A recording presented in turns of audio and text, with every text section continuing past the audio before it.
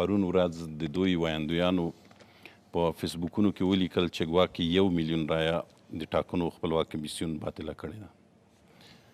د ټاکنو خپلواک کمیسیون استازی دلته ناست دی، هغوی دا خبره رد کړه او دا خبره په پرون کې هم رد وه او ویل چې نه یوه رایه باطله شوې ده تر اوسه او نه په دې اړوند کومه فیصله شوې ده. یعنې دوی په دې مورد باندې معلومات نه لري، یا کوم معلومات چې دوی ته راځي د کوم ځایه اصلا هغه ټول کاذب ویناوي دي چې کوي. دا یوه مسله، که کاذب نه وای دوی به ځان کامیاب نه اعلانولی. دوهمه مسله راځو دې ته چې پرون ورځ د بایومیټریک د رایو استول سرور ته و، هغه دا و چې خواوشه 1 میلیون او 200,000 رایې سرور ته داخل شوې. څه کم 4,000 محلونه لا پاتې هم دي چې دا به نن نه پوهېږم چې هغه به سرور ته انتقال شوي او که پاتې. برای کمیسیون انتخابات گفتن تا آخر همین روزی که گذشت تمام میشه. بله، نو موږ ویلی شو چې دوی د خپل معلومات یو څه ډیر کړي او په بحثونو کې د شرکت وکړي او همداشان په فیسبوکونو کې هغه مسایل چې دوی لیکي او د خلکو اذهان مغشوش شوي. او بحث فیسبوکی بود که شما اشاره کردین، بحثی را که اینا 22,000 محل اشاره کردن و مسئله استناد بر درد شدن آرایی را که در اینا به یوزر که دسترسی دارن برای راځم ستاسو خبرتان راځم. دوی ویل چې موږ کمپاین کړی. یوه مسله ملت ته واضح ده، دا ده چې تر پرونه پورې د دوی ټیم همدا نارې وهلې چې ټاکنې نه کیږي په افغانستان کې. د سولې مسایل دي او دلته د بهرنیانو مسایل دي، دلته د قطر مسله ده، دلته د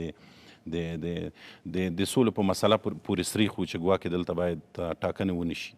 همدې ته غلي وو.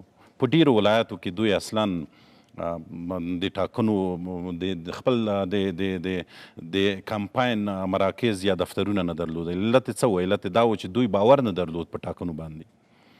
دوی کمپاین ونه کړ، دوی ملت ته څه کړي نه دي اصلا.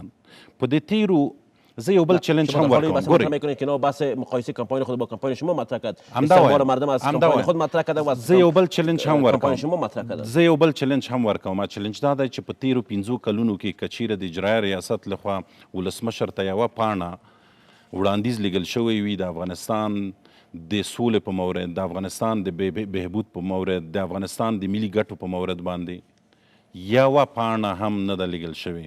دوی ملت ته څه کړي نه دي، کوم ځای کې رایه ورکړي. یوه بله مسله هم وایم، یو مثال ورکوم. په خوست کې خواوشه 94,000 رایه وکارېده. د ډاکټر صاحب عبدالله رایه هلته یوازې 900 رایه وکارول، هغه هم غیر بایومیټریکې ورته اچولې وه. زه دا هم وایم چې د ولسمشر رایه په جوزجان کې ووینئ. خواوشه 15,000 رایه یوازې په جوزجان کې اخیستې ده. لاړ شئ فاریاب ته، فاریاب کې وګورئ، بلخ ته لاړ شئ، تخار ته لاړ شئ. په دې ټولو ځایونو کې د 25% څخه تر 40 تر 50% پورې د ولسمشر غني رایه شته دی. علت یې څه دی؟ علت یې دا دی چې دلته د ملي بودن مسله ده. دا ټیم ملي و، که دوی ځان ته ملي وایي. زه یو بل مثال هم ورکوم. ملي هغه ټیم ته ویل کیږي چې ټول قومونه پکې ولیدل شي. را دي شي اکثریت قوم، پښتون قوم، د هغې څخه یوازې احدي هلته لیدل کیږي، بل د کس راوښیي ماته کوم ملي. ملي په دې معنا چې محقق هلته ناست دی، ملي په دې معنا چې هلته خلیلي ناست دی، ملي په دې معنا چې دوستم ناست دی. در این مورد مثلا آقای آجیدین محمد، آقای آموین آموین، آقای ظاهر قدیر، چهره‌های دیگر هم اصل هغوی نمایندګي نه کوي. که چیرې همایون و ظاهر قدیر د پښتون قوم څخه نمایندګي کولی، نو د خوست نه به یې په 1 لک رایو کې 200 رایې نه راوړي. بنان کومه نمایندګي؟ په همدې ډول دین محمد او نور لاړ شئ تاسو وګورئ په ننګرهار کې څومره رایه لري دی. بنان د ملي بودن مسله د پرېږدي ځان ته. دلته د ملیتوب مسئله نشته، د ګټو مسئله ده. در مسئله ننگرهار اشاره کردین، چیزی را که شب گذشته نماینده تیم ثبات‌گرایی مطرح کرد که تیم شما 50 دفتر در ننگرهار داشت، در حالی که آرای قابل ملاحظه را آقای عبدالله از ننگرهار کسب کرد. د ګاز او د میدان د ټاکنو کمیسیون شته دی، آراوې موجودې دي. لاړ شئ هلته مطلق اکثریت دولت ساز راوړئ. دوی اصلا په فیصدۍ کې راځي، په فیصدۍ کې. زه همدا وایم چې کله چې دولت ساز ټیم په جوزجان کې رایه اخلي، دای د هم راشي په کونړ کې د رایه واخلي، دای د هم راشي په خوست په پکتیا او پکتیکا کې د رایه واخلي، ولې نه دی اخیستی؟ ولې د رایه شما ټیټي؟ بحث از تفاوت بزرگ بین آرای آقای عبدالله و آقای غنی را مطرح میکنید انتخابات سل په سلو کې دا ملي ټیم دی، دولت ساز یو ملي ټیم و چې ورته ازبک رایه ورکړه، ورته تاجک رایه ورکړه، ورته ګوجر رایه ورکړه، ورته نورستاني رایه ورکړه. دلته مسله د دې ده، ګورئ دوی ځان ته وایي چې زموږ رایې لوړې دي. ما مخکې هم چلنج ورکړه، 4 ورځې وروسته دوی څه کوي؟ ډاکټر صاحب عبدالله او ټیم به یې راوځي او وایي به چې او درغلي شوې ده، هلته به د بایومیټریک مسله هم وي. 30% خواوشا 30% خواوشا د ټول رایو څخه د همپالنې وړي خواوشا. بنان دوی په کوم اساس باندې دا ادعاوې کوي؟ او ما وویل چې 4 ورځې وروسته دوی ملت ته په کومو سترګو درېږي. تشکر، سپاسگزارم. ادامه برنامه پس از وقفه کوتاه.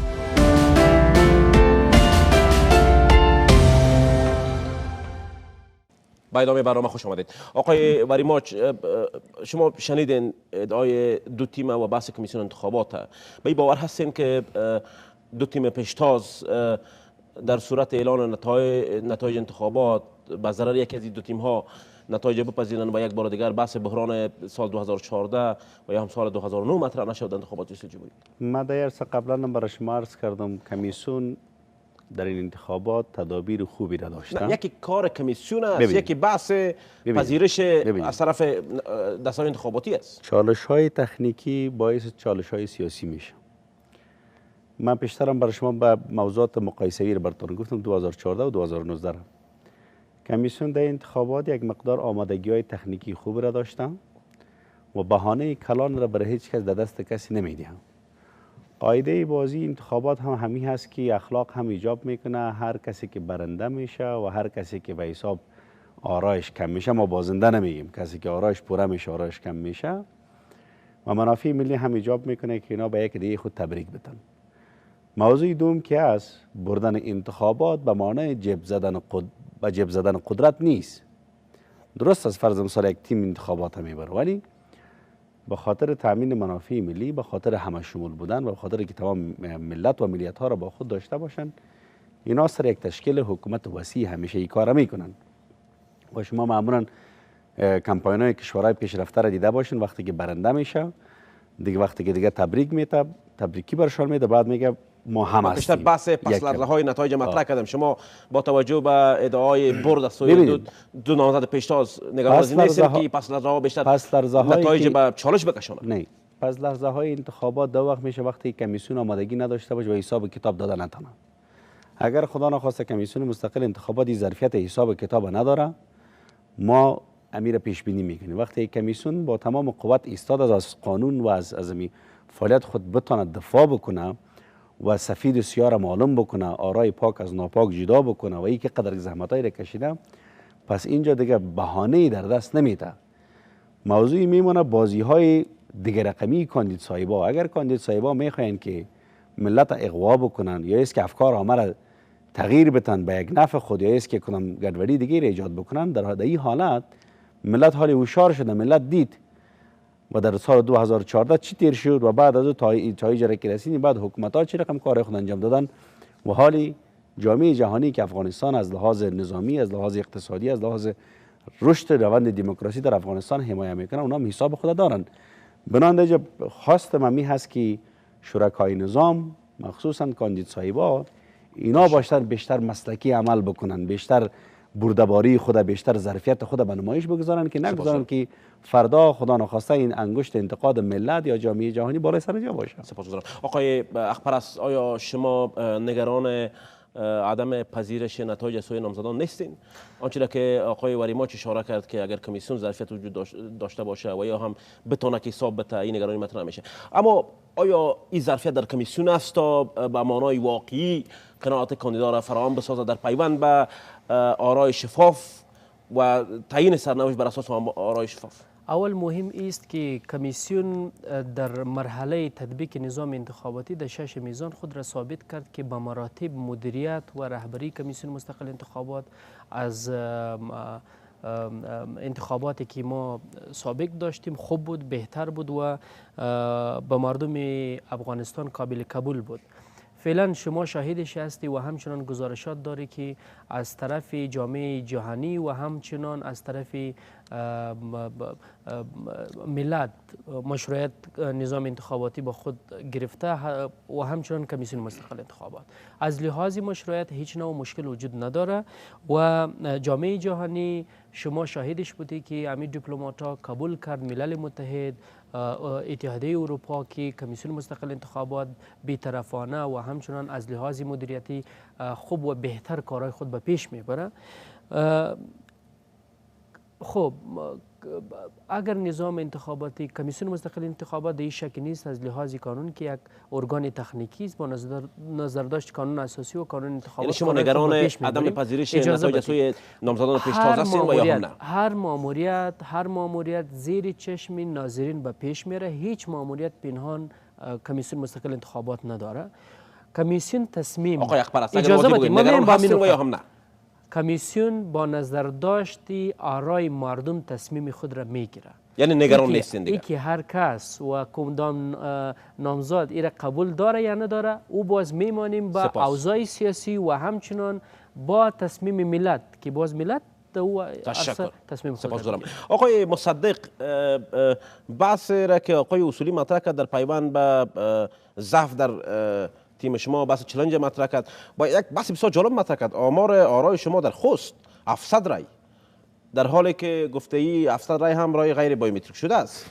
مثلا آرای رئیس جمهور در جوزجان مطرح کرد، فاریاب مطرح کرد، بلخ مطرح کرد و گفت که بین 40 تا 50% است. خب نظر ایشان است و فکر منم اطلاع کافی از محلات رایدهی ایشان ندارد و از مراکز رایدهی هم دقیق نمیدانم. ببینید شما واقعیت ها را ما خدمت شما عرض بکنیم. ما در 6 اسد که کمپاین شروع کردیم در تمام شما بس 700 رای در خوست میپذیرین؟ قطعا نمیپذیریم. و اما آقای اصولی این بحث مطرح میکنه که شما تیم شما در خوست نتونسته که 700. دیدگاه ایشان است. ببینید شما و بحث تفاوت میان آرای آقای غنی و آقای عبدالله را در تمامی ولایت و گفتن که یک تفاوت بلند وجود داره میان. من یک مثال بسیار ساده میدم خدمت شما. رهبری تکیت دولت ساز یکشان از لوگر است، یکشان هم از پنشیر است، یکشان از دایکندی هست. اینا رو شما برید بدون کدام حب و بغض بررسی بکنید که جناب دانش صاحب از دایکندی چقدر رای داره. واقعا خجالت آوره. در پنشیر رو شما ببینید و طبیعتا باید در چنین ولایت های رای اینا بالا می بود و لوگر را بررسی بکنید. تیم ثبات و همگرایی به دلیل ظرفیت های فراوانی برای جمع آوری رای که داشت بسیار طبیعی بود که باید رای بالا به دست می آورد. و پرسش این است که یک تیمی که نه ریشه دارد نه ظرفیت دارد و بریده از احزاب مطرح است. جناب صالح صاحب خب کسی بود که در جمعیت رشد کرد، جمعیت خواست دکتر صاحب عبدالله حمایت کرد. جناب دانش صاحب هم از حزب وحدت بود و رهبری حزب وحدت از دکتر صاحب عبدالله حمایت کرد. بنابراین جای تعجب است که چنین تیمی که بین مردم، بین توده های مردم جایگاهی ندارد.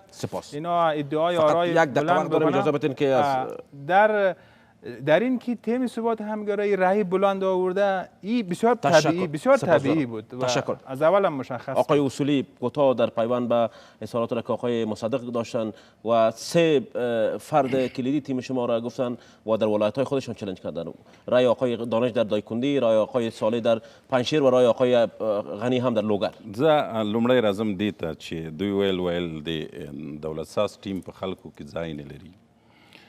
را به شو دې ته چې کله د همپالنې ټیم ته ګورو ټول هغه خلک سره ناست دي، سره یو ځای شوي دي چې کابل یې کنډواله کړ. هغه خلک سره یو ځای شوي دي چې د یو بل په سرونو باندې میخونه والي دي. دا خو تاسو هم لیدلی وه په همدې کابل کې به اوسېدلي دا ملت ویني. ټول هغه خلک سره یو ځای شوي دي چې د کابل ملي بنسټونه یې ویوړل په ایران او په پاکستان یې خرڅ کړل. دا ملي بودن مسله او د منلو مسله حل ده، په دې نه غږیږو چون دا ملت هم پاته ده. ملت ځکه رایه ورنه کړه. ما وویل چې چلنج په دې کې دی که چیرې دوی د 13% خواوشا رایه ویوړه بیا منو چې دوی هم ملي وو. بنان د ملي بودن خلکو ته درواغ ولې وایي ولې د خلکو په سترګو کې خاورې شیندي ما وویل 4 ورځې پاتې دي د 4 ورځې وروسته به دوی په کوم نوم ناست دي د ستاسو د ټریبیون نه به بیا هم دوی راوغواړئ او زه به ورته وایم چې وروره څنګه شو بیا هم راوغواړئ دوی هم راوغواړئ تشکر بنان د خلکو په سترګو خاورې مه شیندئ درواغ مه وایئ سپاسگزارم رښتیا ووایئ حقایقو ته ځیر شئ بسیار تشکر آقای حقپرست، آقای اصولی، آقای مصدق و آقای واریماچ از حضورتان در برنامه ارگ 98 امشب و شما تشکر بیننده عزیز که بحث با ما تا کنون دنبال کردید. تا برنامه بعد خدا نگهدار.